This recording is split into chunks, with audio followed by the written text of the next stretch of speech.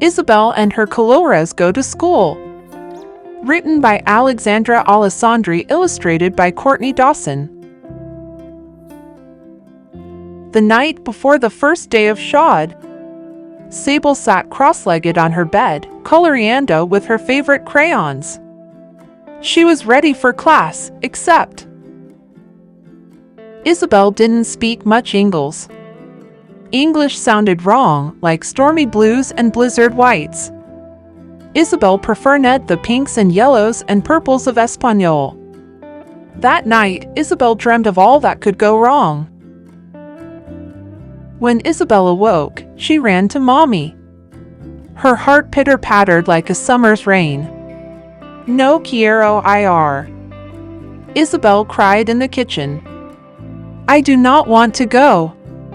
She whined at the door. Please, por favor. She begged in the car. But it was too late. They were already at school. It's okay to be scared. Mama's voice was soft and amber like a ripened mango. She gave Isabel a squishy, squashy hug. Al mal tiempo. Buena cara, Mommy said. To bad times, a good face.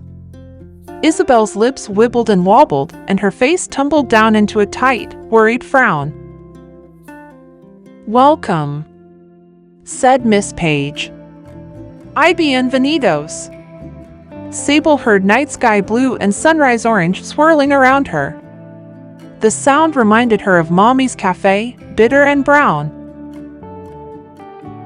When the morning bell rang, Miss Page clap, clap, clapped her hands. Time for morning exercises, she said.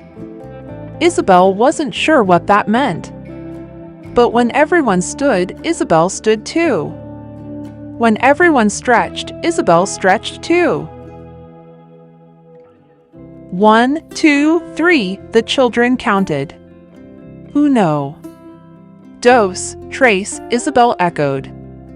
She cringed at the colors crashing against each other, like planets colliding in an explosion of stars. Everyone stared. Isabel flushed cherry tomato red. After morning exercises, Miss Page wrote on the board, "Story time." Isabel watched as everyone settled on the rug. She stood frozen. There was no room for her. She felt as small and lost as colibri without its flowers.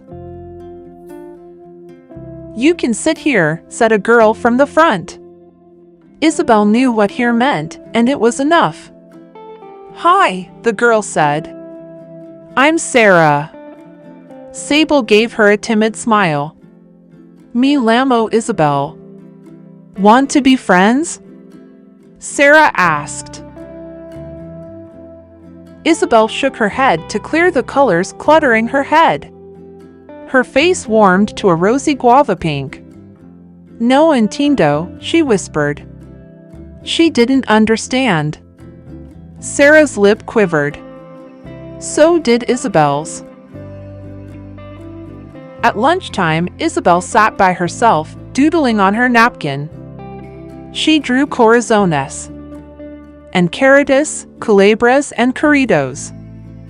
Then she stopped. Even her crayons couldn't make her happy. School was no fun at all.